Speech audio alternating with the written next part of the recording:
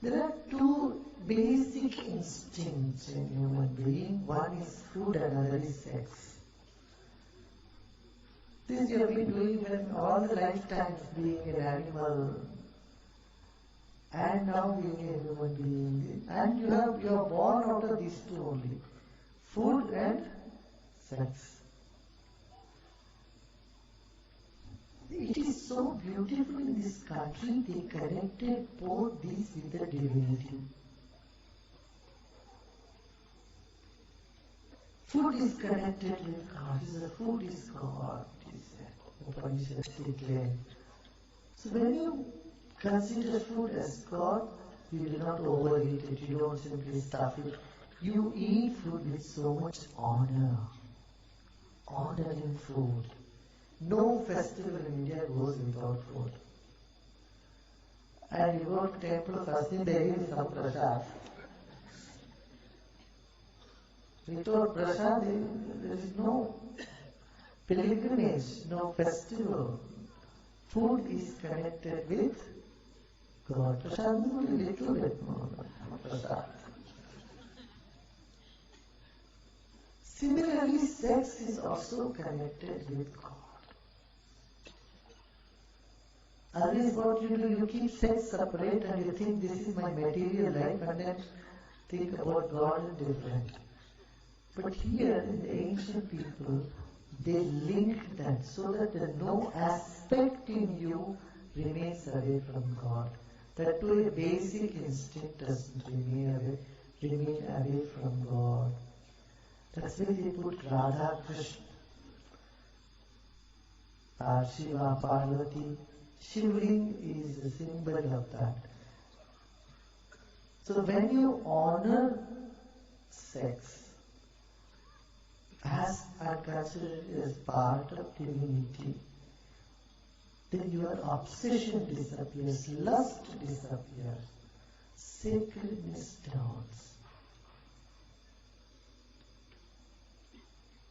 And the basic instinct from being an aggressive lust gets transformed into a submissive love.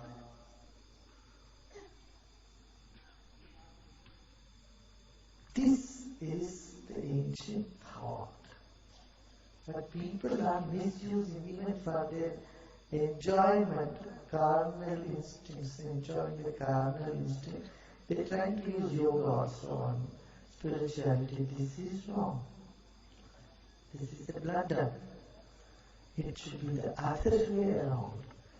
Wherever there is carnal instinct, and transform that into divine inner experience.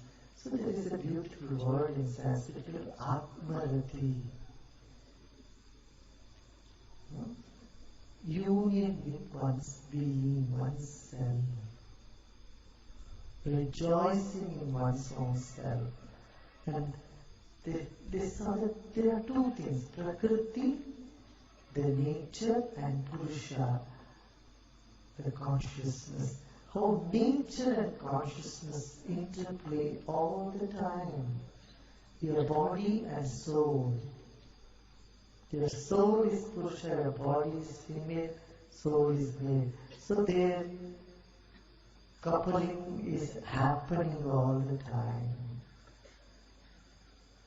And seeing that union within one is Samadhi. That's why Samadhi is considered to be 1,000,000 times joyful than the carnal instincts, carnal sex. Whatever joy it gives, carnal instincts, Samadhi is 1,000 times more joy, because there is no effort, there is no action there, it is only being, just being. So in just being, consciousness, the play and display of consciousness comes to one's awareness, one's experience. That's a beautiful thought. So don't keep any corner of your existence, life, away from divinity. So divine should be interwoven in every aspect of your life.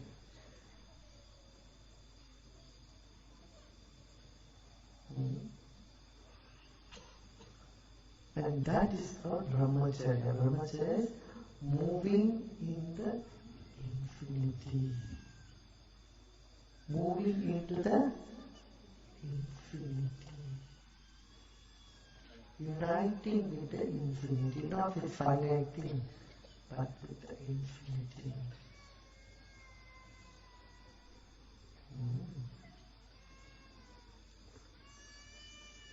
Isn't that so beautiful?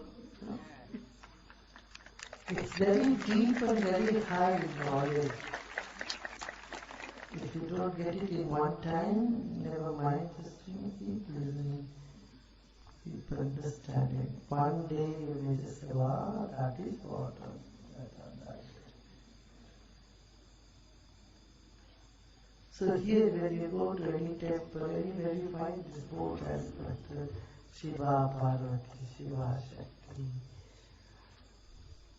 Prakriti, Purusha, consciousness and matter. They first recognize the duality and see the unity. They are not two, they are not different, they are two sides of the same.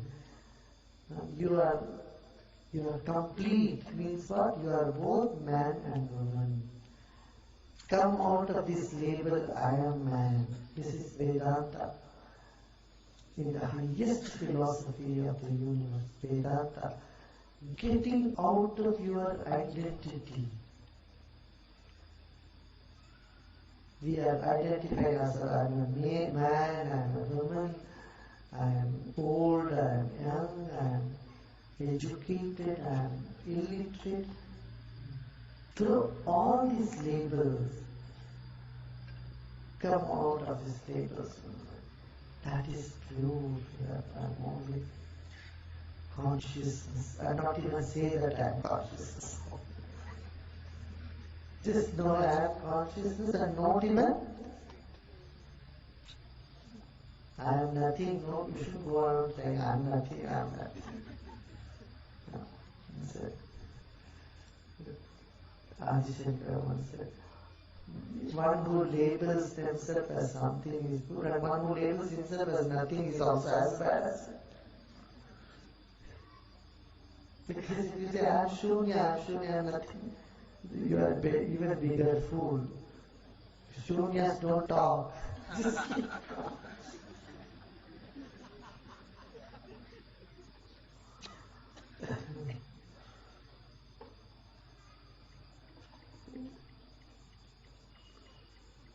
How can you say I'm nothing? You're saying something. There's somebody there saying I'm nothing. Keep quiet. Shut up. Shut up. I'm nothing. Shut up. Chup.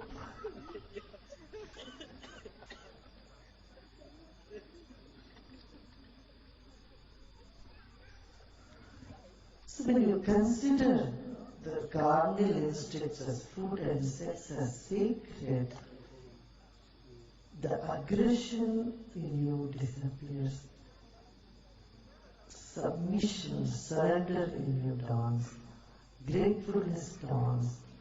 Gratefulness and surrender dawns. Love dawns in you. You know, that's why I said the bhakta, the devotee and the divine. They become one, they merge into one. It's so fascinating, isn't it? How many of you think it's very fascinating? So fascinating.